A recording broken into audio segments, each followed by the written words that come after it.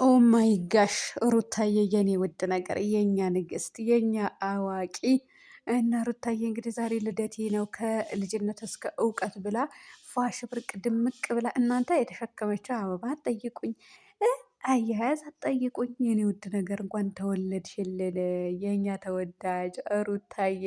እድሜሽን ደግሞ ረጅም አድርጎልሽ የምትኖሪ ያደርግሽ፣ በልጅ ላይ ልጅ የምትጨምሪ ያደርግሽ ማለት ያደርጋችሁ ከባለሽም ጋር እንግዲህ ዛሬ ሩታዬ ብቻዋን አክብራ ነው ወይስ እንዴት ነው ልትሉ ትችላላችሁ። እርግጠኛ ነኝ ሌላ ሰው እንደሚኖር አልጠራጠርም። ይኖራል ሌላ ሰው ማለት ነው። እንደ አብርሃም አይኖርም እንደ ሁሉ ሲደረግ ይኖራል። ወዶ ሳይሆን በግድ። ውድ ቤተሰቦቼ ሩታዬ የኔ ውድ ነገር በልጅሽ ላይ ልጅ የምትጨማምር ያደርግሽ። ረጅም እድሜ ተመኘውሽ። ለሁላችሁም ረጅም እድሜ ተመኘውላችሁ። ዋናው ጤና ነው፣ ግን እድሜ የሚስጣችሁ ረጅም እድሜ ይስጣችሁ። ልጆቻችሁ ድራችሁ እስከምትጨርሱ ድረስ የልጅ ልጅ እስከምታዩ ድረስ እድሜ ይስጣችሁ ማለት ነው። ማለት አለ አይደለ? አንዳንዴ እኮ ልጅ ኖሮ እንኳን የሚሞት ሰው አለና ያለ አባትና ያለ እናት የሚያድጉ አሉ። እናንተ እንዴት ነው ያማረባት? እንዴት ነው ሽብርቅ ሽብርቅ ያልሽው? ገና ሩታዬ እንደው ረዘም ያለ ቀሚስ ቢሆን ደግሞ ያበደ ይሆን ነበረ። ግን አሁንም አምሮብሻል የኔ ውድ። እኔ ምን ብያለሁ ወቅሰሽም። እንደው ፏ በይ ሳቂ። እንደዚህ ሳቅሽ ነው የምንፈልገው ና ለመናገር እና ከባለሽም ጋር ረጅም እድሜ የምትኖሩ ያደርጋችሁ እላችኋለሁ። ውድ ቤተሰቦች እንግዲህ ፏ በሉላት አሸብርቁላት ብላ በቲክቶክ ፖስት ታዋለች ማለት ነው። እናንተ የት ልትሄጂ ነው ሩታዬ? እንደ የወለደች እንኳን ያገባች የወለደች ነው የሚባለው ወይስ እንኳን የወለደች ያገባች የማትመስል ልጅ ማለት ነው? ለካ አብርሃም ወዶ አይደለም ሰሞኑ እንትንሽን ሲያደማምቅ የነበረው ውበትሽን እንዴት አምሮብሻል እያለ የነበረው ማለት ነው። ሩታዬ የኛ ተወዳጅ፣ እንዳው ስንት ሰው ነው የወደደሽ? እድሜሽን ረጅም ያደርግልሽና በሰዎች ላይ ደስታ የምትፈጥሪ ያደርግሽ፣ በብዙዎች ልብ ደስታ የምትፈጥሪ ያደርግሽ፣ እድሜሽን ረጅም አድርጎ ማለት ነው። እና አንዳንዴ በሰው ላይ መጥፎ የሚረጭ ወይም ደግሞ መጥፎ ነገር የሚዘራ ሰው እድሜህን ያሳጥረው ይባላል። እና እሷ ደግሞ ምንም አይነት ነገር ያደረገችብን ነገር የለም። እድሜ ረጃጅም እድሜ እጥፍ አድርገው ይስጥሽ ነው የምለው። ሌላ ምንም የምለው ነገር እና እንኳን ተወለድሽልን የልዑል እናት፣ የልዑል ሸጋ እናት። አዎ በልዑል ላይ ደግሞ ቀጣይ የምትተኪ ያደርገሽ ማለት ነው። እናንተ በመኪናዋ ላይ እኮ ነው ፏዘና ሽብርቅ እያለች ያለችው። ይሄ አይሻልም ታዲያ? ይሄ ከሰው ባል ላይ መንጠልጠል፣ በሰው ባል ላይ ይሄ መጃጃል፣ መላላጥ፣ ሳመኝ፣ ልቀቂልኝ፣ ተይልኝ፣ ፍቺልኝ፣ ባልሽን ተይልኝ፣ ላግባው፣ ልደረብ ከምትሉ ማለት ነው ልክ እንደ ሩታ ብቻችሁ ሆናችሁ እንደዚህ ፏዘና ስትሉ አያምርም? አቤት አቤት! የሴት ጀግና የሴት ወይዘሮ በቃ ይሄ ነው ማለት ነው። እውነቴ ነው የምላችሁ ውድ ቤተሰቦች ከሌላኛው ጅላጅልና ትቺ ትሻላለች፣ ሩታዬ ትሻላለች። በቃ ብቻዋን ሆነ ፏዝንጥ ማለት ደግሞ ማታ ላይ ነው ቪዲዮ ሰራችው የኔ ውድ ነገር። ለማንኛውም ይመችሽ የልዑል እናት። እውነት አብርሃም አይኖርም ብላችሁ ታስባላችሁ? ውድ ቤተሰቦች ይኖራል፣ የሆነ ፕሮግራም ይኖራል። ይሄ ብቻ አይደለም፣ ምክንያቱም ቪዲዮ ይኖራል ማለት ነው። ስለዚህ እዛ ላይ እንዴ አይኖርም እንዴ? አረ ይኖራል። ትለቃለች፣ ታያላችሁ። ምን አለች በሉኝ። እና ረጅም እድሜ ነው የምመኝልሽ የኔ ውድ ነገር። ምክንያቱም በብዙዎች ልብ ጥሩ ነገር ነው የዘራሽው እንጂ መጥፎ ነገር እንትን ያልሽው ነገር የለም። ረጃጅም እድሜ ይስጥሽ። ደግሞ ሴትና ወንድ የምትደራርቢ ያደርግሽ። ከማን ጋር? ከአብርሃም ጋር፣ ከሌላ ሰው ጋር አይደለም። ደግሞም ትደራርቢያለሽ። ሁለተኛ ልጅ ደግሞ በቅርብ እንጠብቃለን። ሲያምርሽ ይቀራል። ከአብርሃም ነው የምትወልደው። አብርሃም እንደሆነ ሄርሜላ ሊያገባ ነው። በልኩ እናንተ ተፍሩ። እኔ እኮ አሁን እንግዲህ ሆኖብኝ ነው የምታናግሩኝ። እውነቴ ነው የምላችሁ። በዛ ላይ ደግሞ ስትሰድቧት ሽቅርቅር ምን ብቲ አንቺ ክርፍፍ ከዛችኛቱ አትሻይም ስትሏት የሆነ ታበሳጩኛላችሁ። አንዳንዴ ደግሞ ታሳዝኑኛላችሁ። ያኔ ልታሳዝኑ ይገባል። ምክንያቱም አብርሃም ወዶና ፈቅዶ አግብቷት የሚኖር ሴት ልጅ አይወልድባችሁ። በነገራችን ላይ ወንድ ልጅ ካልወደዳችሁ ማለት ነው የማያፈቅራችሁ ከሆነ የማይፈልጋችሁ ከሆነ ልጅ አይወልድባችሁም። ልጅ እስከሚወልድባችሁ ድረስ አያስቀምጣችሁም። እሺ ተጠቅሞባችሁ እንደ መጠቀሚያ እቃ ይወረውራችኋል እስከ ጊዜው ማለት ነው። አሁን ለምሳሌ ውጭ ላይ ኬክ ስትገዙ ኬክ የገዛችሁበት እቃ ትወረውሩታላችሁ፣ አትጠቀሙበትም አይደል? ልክ እንደዛ ማለት ነው።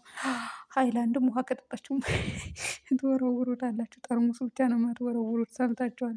ስለዚህ እሱ ልጅ እስከ ማግኘት ፍሬ እስከ ማፍራት ድረስ የደረሰ ልጅ ነው ማለት ነው። እና ያ ሁሉ አለ። ለማንኛውም ይመቻቸው። እኔ ተመችተውኛል፣ ምንም ማልላቸውም። ግን በልደቷ ደግሞ አብርሃም ተገኝቶ ሰርፕራይዝ ቢያደርጋትና ቢያሳየን ደስ ይለናል። እንግዲህ ሩታዬም ቢያትልም መቼም እንደዚህ ፋ ብላ እየሳቀች ፈገግ ብላ የመጣችዋ ልጅ አብርሃም ሲመጣ እንትን የምትል አይመስለኝም። እናያለን። ለማንኛውም ደግሞ በደህና ካሜራ ነው የተቀረጸችው እናንተ፣ ምክንያቱም ማስታወቂያዎች ነገር አሉበት። ለማንኛውም ሩታዬ ይመችሽ። ያራዳ ልጅ እውነቴን ነው የምልሽ፣ ይመችሽ።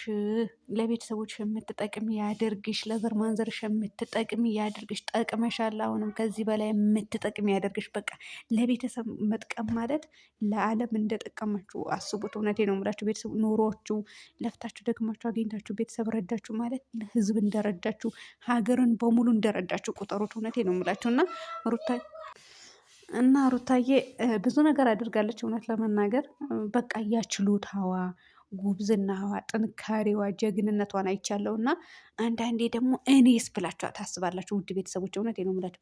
እኔስ የት ነኝ? ቤተሰቦችን እረዳለሁ፣ ጠንክሬ ጎብዤ ሰርቼ ደግሞ ቤተሰቦችን እችላለሁ። እዚህ ጋር ደርሰውኛል። አሁን ደግሞ ቤተሰቦችን መጦር አለብኝ። በቃ አንዳንድ የቤተሰብ ደስታ ስታዩ እንዴት ነው ደስ የሚለው። እኔ ትንሹም ነገር ሳደርግ ቤተሰብ ደስ ይለዋል ብዬ ሳደርገው ለራሴም ደስ ይለኛል ማለት ነው። እና እኔ ሌሎቻችሁም እንደዛ ነው የምትመስሉኝ ማለት ነው። እርግጠኛ ነኝ እንደዛ ናቸው። እውነቴን ነው የምላችሁ። ቤተሰብን ማስደሰት የመሰለ ነገር የለም።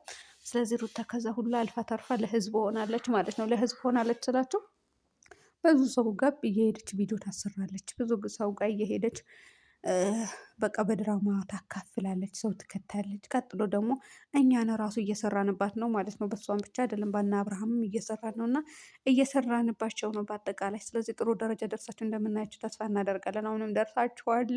ወልዳችሁ ክበዱ ከዚህ በላይ ማለት ነው። እሺ እናንተ ድራማችሁና ጭቅጭቃችሁን ዞር አድርጉልን፣ አንፈልግም። አሁ ሰልችቶናል። እውነቴን ነው የምላችሁ። እኔማ ስልችት ነው ያለኝ።